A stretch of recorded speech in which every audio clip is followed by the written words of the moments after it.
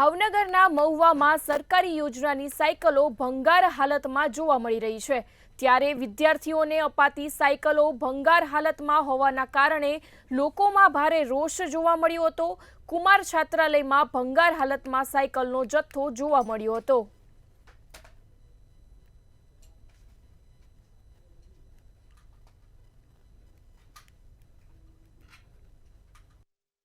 મહુવા શહેરની કુમાર છાત્રાલય તરીકે ઓળખાતું એક છાત્રાલય છે। તેની અંદર મસ્ત મોટો જે સાયકલનો જથ્થો, જે સરકારી સાયકલ કહેવાય, જે શાળા પ્રવેશોત્સવને જે 2023 આપ દૃશ્યોમાં જોઈ શકો છો। મંતવ્યની ટીવી સ્ક્રીન પર આપ જોઈ શકો છો કે શાળા પ્રવેશોત્સવ 2023ની જે સાયકલો છે, જે આજે જે 2 વર્ષ પૂરું થવાને આરે હોય ત્યારે અહીંયા જે અમુક સાયકલો કટાઈ ચૂકી છે, ત્યાં મસ્ત મોટો જથ્થો દૃશ્યોમાં જોઈ શકો છો। મંતવ્યની ટીવી સ્ક્રીન ઉપર જોઈ શકો છો કે 5000 કરતાં પણ વધારે સાયકલો અહીંયા જે સડી રહી છે, જે કાંઈક ને કાંઈક વરસાદની અંદર આ વરસાદ પણ ખાઈ ચૂકી છે।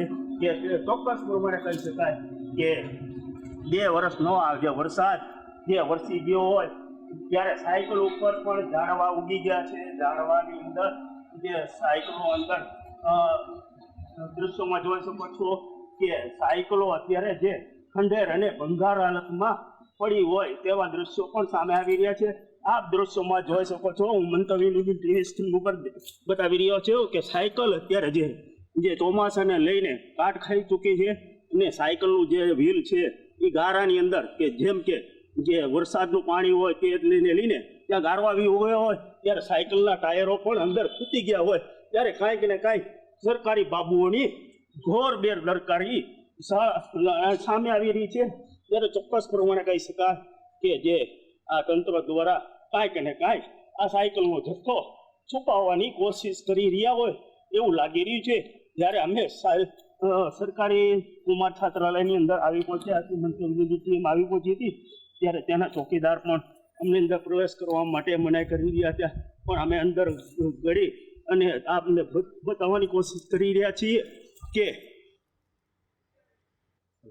મંતવ્ય ન્યૂઝની ટીવી સ્ક્રીન ઉપર હું બતાવવાની પૂરેપૂરી કોશિશ કરી રહ્યો છું કે આપ દૃશ્યમાં જોઈ શકો છો કે જે આ સાયકલ અત્યારે ખંડેર અને ભંગાર હાલતમાં જોવા મળી રહી છે ને એની ઉપર અત્યારે જે વરસાદને લઈને 2 વરસાદ પણ વરસી ચૂક્યો હોય ત્યારે જે મોસમનો 2 વરસાદ વરસી ચૂક્યો હોય અંદાજિત, ત્યારે 2023ની જે સાયકલો છે આજે 2024 પૂરું થવાની અણીએ છે ત્યારે સાયકલો જે અત્યારે 5000 જેટલી સાયકલો અત્યારે ભંગાર હાલતની અંદર જોવા મળી છે। તેની ઉપર ઝાડવા પણ ઉગી ગયા છે। ત્યારે કાંઈક ને કાંઈક સરકારી બાબુઓ દ્વારા જે કાંઈક ને કાંઈક આ બધું છુપાવવાની કોશિશ કરી રહ્યા હતા।